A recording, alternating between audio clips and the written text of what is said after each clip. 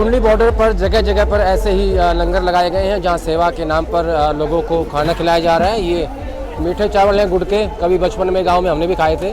और इसी तरीके से यहाँ किसानों को ये अभी फ़िलहाल मीठे चावल खिलाए जा रहे हैं। यहाँ पे बहुत सारे लोग बैठे हुए हैं, इनसे बात करूँगा मैं। क्या नाम है आपका? मेरा नाम है प्रदीप। कहाँ से आए हो? सोनीपत से हूँ। अच्छा, गाँव हमारा नांदनौर। ठीक है। तो क्या कौन सी मांग है ऐसी जो आपको यहाँ से उठने नहीं देती? जो काले कानून सरकार ने किसानों के ऊपर थोपे हैं ना, और ये बीजेपी वाले इनके प्रवक्ता जो हमारे देश की जनता को गुमराह कर रहे हैं, ये कॉन्ट्रैक्ट फार्मिंग और एमएसपी से नीचे इनमें कुछ किसान का नुकसान नहीं है। इसका प्रूफ हमारे पास। क्या प्रूफ है, दिखाओ। इसका प्रूफ ये है कि आज से करीबन 3 साल पहले सोनीपत के ज़्यादातर गाँव ने गन्ना सप्लाई किया था उत्तर प्रदेश में। ठीक है। और 3 साल से करीबन 36 करोड़ की पेमेंट किसानों की, और वो भी 3-4 गांव के किसान हैं बस। पूरे हरियाणा की तो बहुत ज़्यादा है, मैं अपने लेवल की बताता हूँ। तो 36 करोड़ की पेमेंट तो शुगर मिल ने, प्राइवेट मिल ने हमारी रोक के रखी है 3 साल पहले की, और उसका प्रूफ भी मेरे पास है। ये शुगर मिल दोबारा ये पर्ची देख लो आप। ये शुगर मिल में गन्ने की डेट, नाम, 2018 में कितने पैसे रुके हुए हैं? मेरे 10 लाख रुपए। 10 लाख रुपए। 10 लाख रुपए हमारे रुके हुए हैं गन्ने के। गन्ने के। अच्छा। यही तो प्राइवेट है। कौन सी मिल से दिया था? ये Iqbalpur sugar mill, Iqbal. Iqbalpur sugar mill को दिया था। ये बाउचर है उसके, देखो आप, ये रहे। ये 2018 में गन्ना डाला था हमने, 26/1/2018 को। 10 लाख मेरे अकेले के हैं, पूरे सोनीपत के और 4-5 गाँव के करीबन 36 से 40 करोड़ रुपए के बीच में हमारी पेमेंट रुकी हुई है। तो कोई बीजेपी का प्रवक्ता इसका जवाब दे सकता है? यही तो है कॉन्ट्रैक्ट फार्मिंग। इसका रिजल्ट तो हमें 3 साल पहले ही लग गया। प्राइवेट सेक्टर जो भी जमींदार की फसल खरीदेगा, जो भी खरीदेगा, वो अपने हिसाब से रेट तय करेगा, अपने हिसाब से पेमेंट करेगा। अच्छी होगा तो लेगा, नहीं होगा तो नहीं लेगा। वो नुकसान किसका है? नुकसान हमारे किसानों का ही तो है। सरकार ये कह रही है कि हमने बिचौलिए हटाने हैं।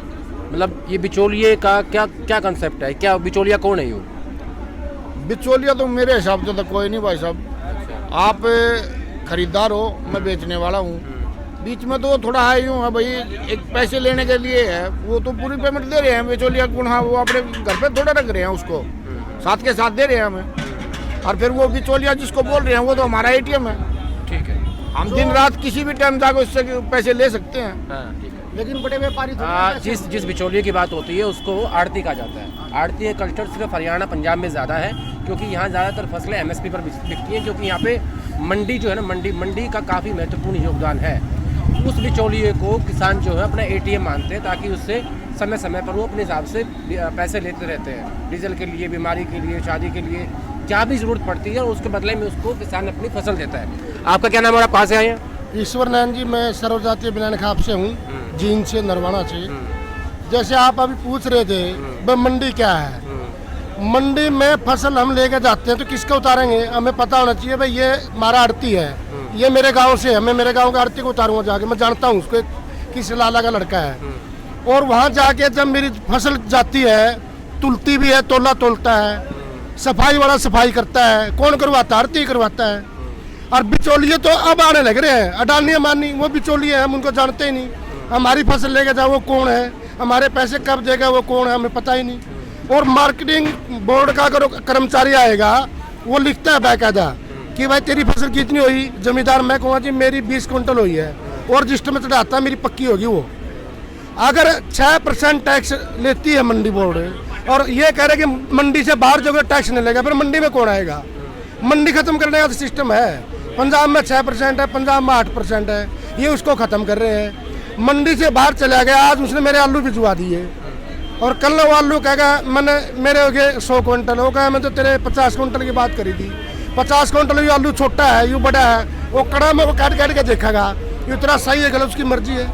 वो अपनी मर्जी से तो लेगा, अपनी मर्जी से ही आके बेचेगा, हमारा तो कोई है ही नहीं इसमें। ये असलियत बात यह है कि हमें जो मालिक है ना 2-2 एकड़ के 5-5 एकड़ के, हमने मजदूर बनाना चाहा है, ये जमीन खुद लेना चाहा है। ये असली लड़ाई तो अगली नस्ल की है।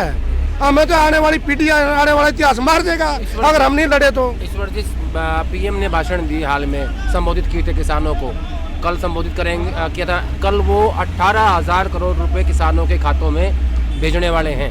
एक बटन दबाएंगे और सबके खाते में पैसे पहुंचेंगे। और पीएम का ये कहना है कि आप लोगों को, विपक्ष के जो लोग हैं ना, वो गुमराह कर रहे हैं।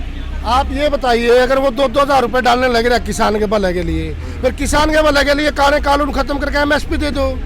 और वो किसानों को संबोधित करे जाके, वो कच्छ में जाओ, इतनी दूर गया, और वो मध्य प्रदेश में जा, कुंडली बॉर्डर तो दिल्ली का बॉर्डर बैठे हैं, उड़ा के इन्हें पूछ लो।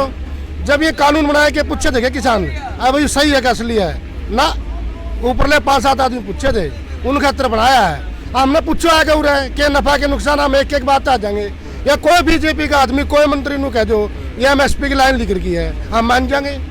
हमें मांगा के यहाँ हमें यहाँ मांगा भाई, इन्हें खत्म करके MSP पे गारंटी दे दो खरीद की, भाई तेरी फसल खरीदांगे। 2,000 रुपये कौन सी हमने MSP चाहिए। कल अटल बिहारी वाजपेयी पूर्व प्रधानमंत्री का जन्मदिन है, और उस मौके पर बीजेपी की तरफ से, यानी सरकार की तरफ से, सब किसानों को 2,000 रुपये, जो 2019 के लोकसभा चुनाव से पहले इसकी शुरुआत की थी, वो कल किसानों के खाते में पैसे भेजे जाएंगे।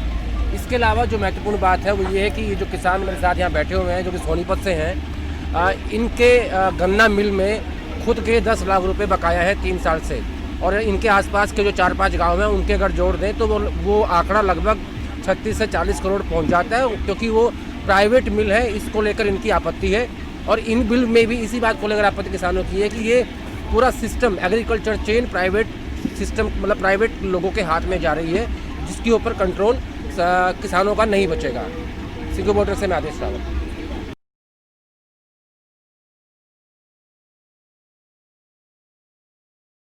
सिंघू बॉर्डर पर ही 24 घंटे लंगर की व्यवस्था की गई है। हर जगह इसी तरीके से पंगत बैठ के खाना खाती है। जिस भी वक्त आप जाइए आपको खाना ज़रूर मिलेगा। और इस तरफ देखिए ये यहाँ पे चाय बनाई जा रही है, आप किसी भी वक्त जाके चाय पी सकते हैं। इसके अलावा उधर सामने दूध गर्म हो रहा है और उधर सामने खाना बन रहा है। बापू जी की ना है ਤੁਹਾਡਾ?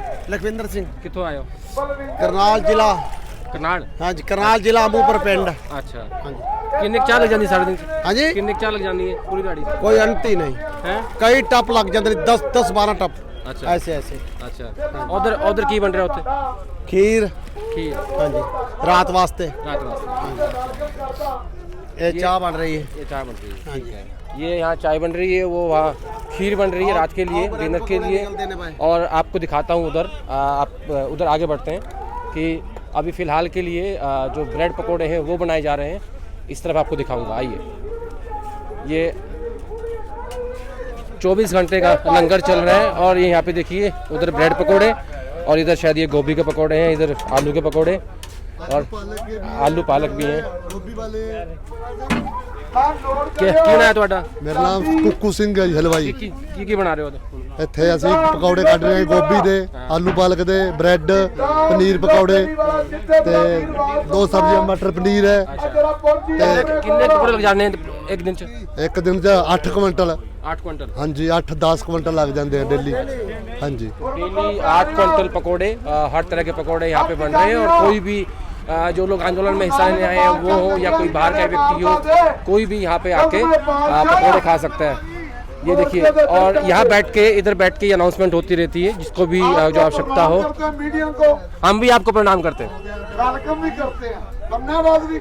और ये देखिए जिस तरीके से ये सभी जो वरिष्ठ लोग यहाँ पे बैठे रहते हैं, और यहाँ पे जो लंगर चल रहा है इसमें चाय, खीर रात के लिए, और दिन में अलग अलग तरह के पकोड़े इधर ये बन रहे हैं, और कोई भी व्यक्ति आके यहाँ पे लंगर चख सकता है।